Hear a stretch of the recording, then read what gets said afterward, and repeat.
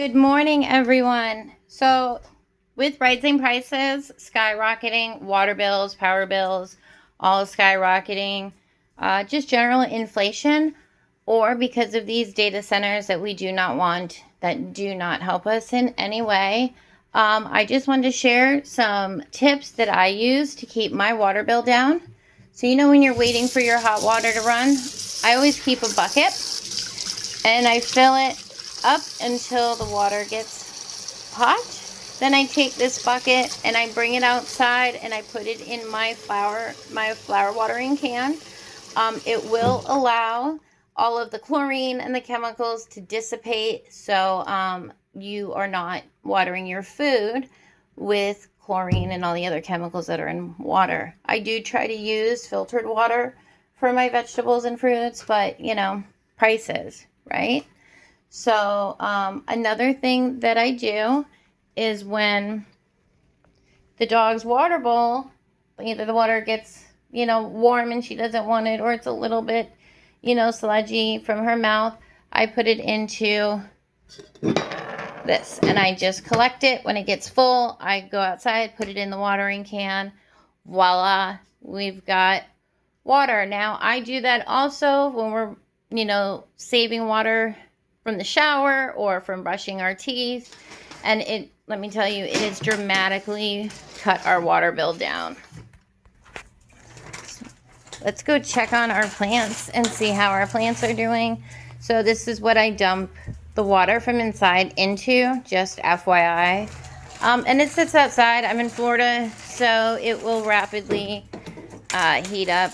Excuse my walker. I was involved in a work-related accident that I am going to make a video about the horrors of workman's comp here shortly.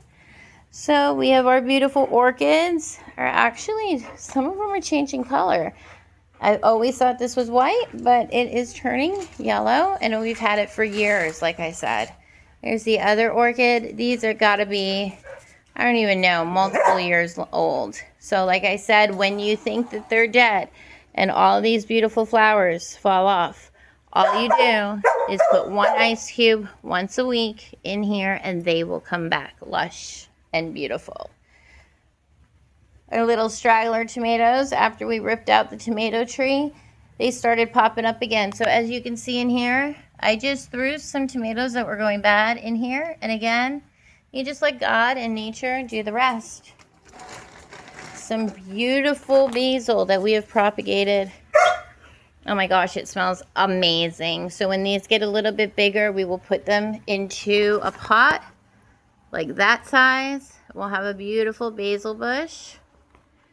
Have our oregano here. Now, oregano, you have to be careful with. It is a vine and it will take over. So if you have it in your garden as a bug deterrent, it's great, but you have to just keep an eye on it.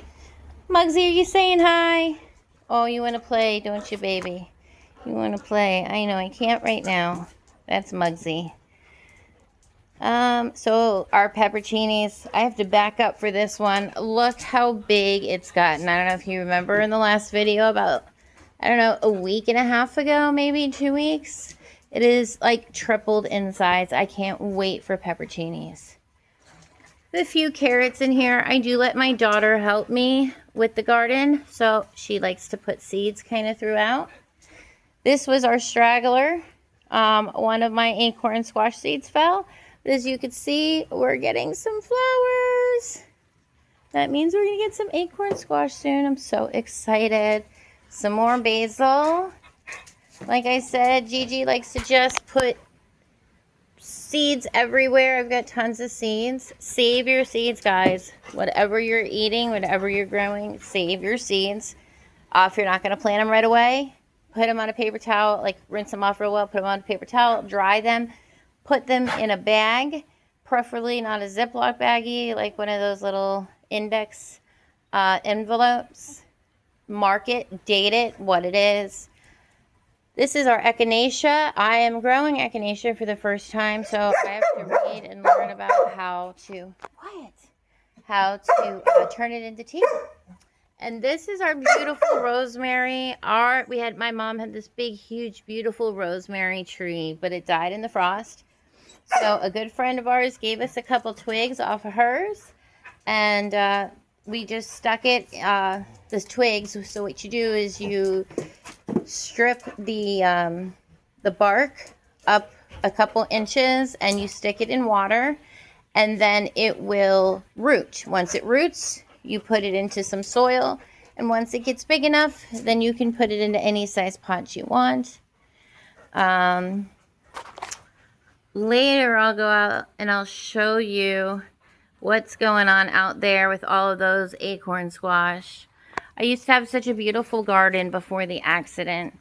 So unfortunately I wasn't able to get out there. I didn't have any help.